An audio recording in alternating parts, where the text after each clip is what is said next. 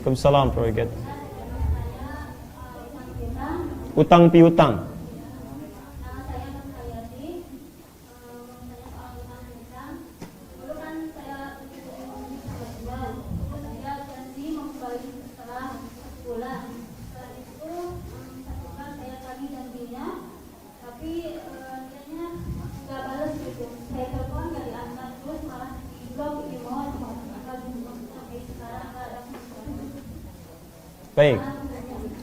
Baik, pertama tentang hutang piutang. Al-Quran surah kedua Al-Baqarah ayat 282, paling kiri sebelah atas. Kalau terjadi perjanjian utang piutang, maka yang pertama, ibu kalau percaya dengan orangnya, itu boleh silakan langsung dilakukan sepanjang jumlahnya itu tidak terlalu banyak. Silakan, gak ada masalah. Tapi kalau jumlah sudah cukup banyak atau kurang yakin dengan orangnya, maka dicatatkan sehingga ada bukti catatannya. Kemudian dipersaksikan sehingga nanti kalau satu saat itu diingkari, bukti tertulisnya ada, kemudian saksinya ada, sehingga ketika nanti ada sesuatu hal terjadi menimpa orang itu, maka bisa diklaim atau dimintakan pada ahli warisnya. Itu kalimat pertamanya. Yang kedua, ibu bagus mengingatkan sesuai dengan batas perjanjiannya. Ya ayyuhalladzina amanu idza tadayantum bidainin faktubu ila ajalin musamma. Hai orang-orang beriman, kalau kalian kemudian membangun utang piutang pada waktu tertentu, maka tuliskan. Ya, tuliskan. Nanti kalau waktunya sudah tiba, ingatkan dia. Ibu sudah mengingatkan apa yang terjadi, dia tidak balas dan sebagainya. Tugas ibu selesai mengingatkan untuk dia membayar utangnya. Nah sekarang lihat kondisinya. Kalau kemudian dia mampu membayar utangnya dengan ibu mengingatkan, tapi ditunda-tunda, dia yang berdosa. Ibu tidak. Bagaimana respon ibu? Pertama, tetap ibu punya hak untuk menagih hutangnya. Itu sah dilakukan. Boleh kepada ahli warisnya, boleh pada kerabatnya untuk mengingatkan. Yang kedua, Quran surah kedua Al-Baqarah dari ayat 280 sampai ayat 281. Wa in kana dzu usratin fanadhiratun ila maisarah.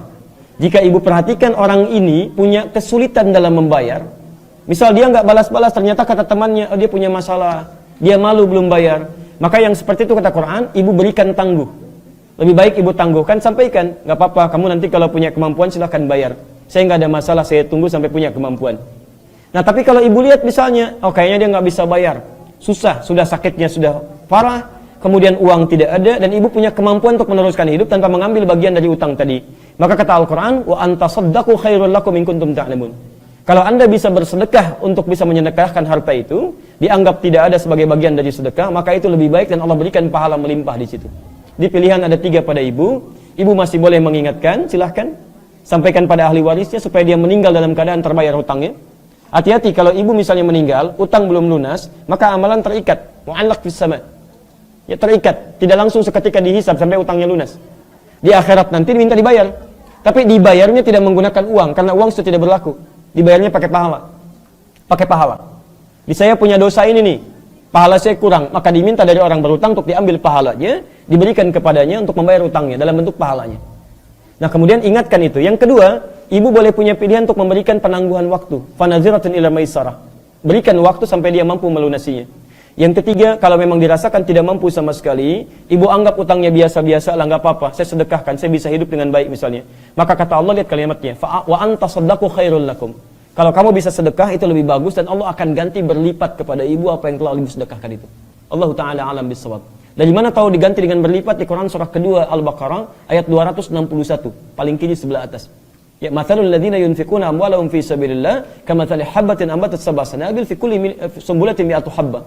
Orang yang mau berinfak di jalan Allah, dia berikan ikhlas karena Allah, maka seperti perumpamaan orang yang tanam biji, tumbuh kemudian satu pohon, tumbuh 7 tangkai, setiap tangkainya 100 butir. Jadi kalau 1 dikali 7 kali 100, 700 kebaikan. Ibu sedekahkan 100 ribu, diganti kali 700. Berapa 100 ribu kali 700? Berapa? 70 juta. Jadi ibu sedekah 100 ribu, diganti 70 juta oleh Allah. Ibu pilih mana? 100 ribu atau 70 juta? Nah, tapi 70 juta itu tidak harus dalam bentuk uang, jangan salah bu. Oh kalau gitu saya sedekahnya 100 ribu, tidak. Kadang-kadang Allah ganti dengan kesehatan, ibu tidak sakit selama setahun, kalau berobat 70 juta. Kadang-kadang diganti dengan yang lainnya, tiba-tiba anak ibu misalnya diberi beasiswa, padahal kalau belajar nilainya bisa tinggi, ya, atau bayarnya bisa tinggi dan sebagainya. Allah Ta'ala alam bisawab. Ibu bisa pilih 3 pilihan itu.